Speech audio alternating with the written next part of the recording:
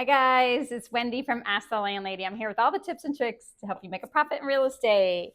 Read my books on Amazon, Wendy Myers, because these will help you give you more detail than what I can give you on these videos. But today's question is a good one, and that is, what are the most common maintenance issue requests from tenants? What do they most often request for maintenance on their apartment units?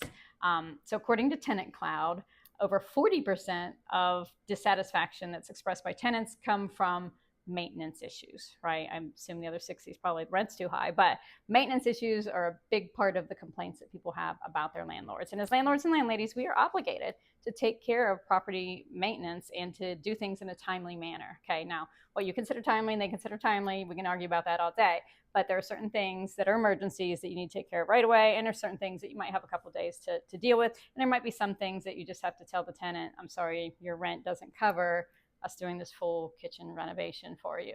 If you want to pay 3 times the price, then maybe we can make that happen, right? That's what often happens. But in general, most maintenance requests come from 3 areas. First one is HVAC, right? Your heating and cooling. Second is plumbing. And third is pest problems, okay?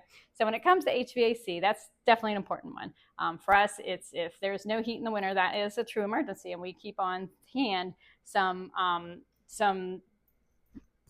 electric heaters that we can take out to the tenants to keep them warm and to keep them cozy until we can get a technician in there and fix that furnace or get something done. That's going to be the thing we are going to jump on. Next day, there was going to be somebody there looking at that to do that. Now, air conditioning in my neck of the woods is not an emergency. Now, you live in Florida and you've got elderly people on oxygen, that's going to be more of an emergency situation for you, and you're going to be doing the same thing with HVAC.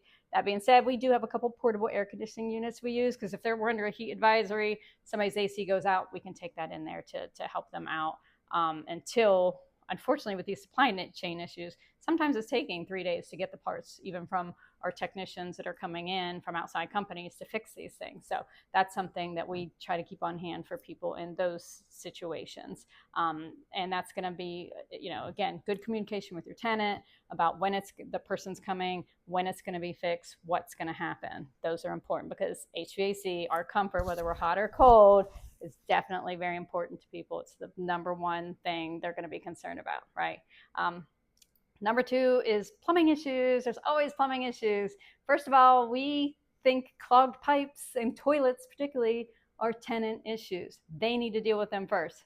Everybody gets a nice little plunger. Try that first. Everybody is told, try some Drano down your drain. What have you been throwing down your drain? They even get a list where they've signed off that they haven't put grease and certain things down their drains and down their toilets. If we have to come out and unclog that issue, with our snake, or unclog a toilet, they're going to get the bill for that. They're going to get that plumbing bill. And so that's something that is clearly outlined in our lease agreement.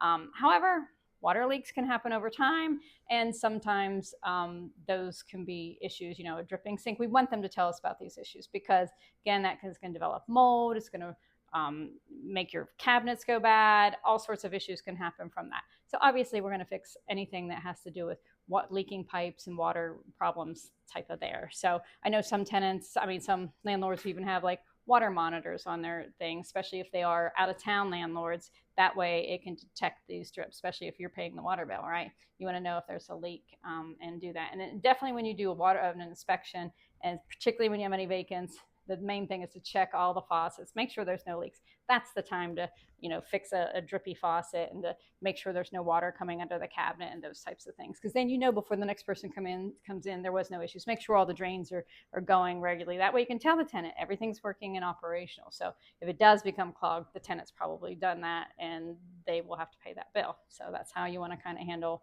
plumbing issues. Now, pest issues, nothing gets the tenants more riled up than those. So before renting your unit, again, make sure you check for any bed bugs, roaches, any kind of pests. Fill any kind of cracks and crevices, and treat. If you see an insect problem, you take that property offline until you have gotten it professionally sprayed and cleaned up and made sure there's no other activity. We have a lot of older homes, so we use this product called Advion, Advion. Get it on Amazon, it's great. Put it under like the appliances in the kitchen and around the baseboards and stuff, and that's just something that kind of helps do that. And so when the tenants sign the lease, we always say it's pest free. They have within the first 3 days to give us any issues.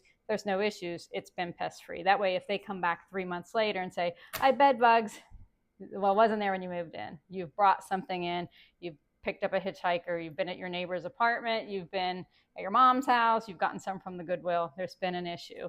And that's the case where you can put that back on the tenant. You can work with them to get the exterminator. Sometimes we'll even pay for it, and they'll pay us back in installments because that's something that they want to nip in the bud and get that out of there. Because you certainly, particularly if you have multi units, you don't want those things going everywhere. So again, those are the three things that are the biggest things: HVAC, plumbing, and pest control things. I'd love to hear from you. What other issues do you hear from your tenants about with maintenance, and how do you handle them? Because again, we're all in this together and we can only learn from each other. So thanks. Have a great day.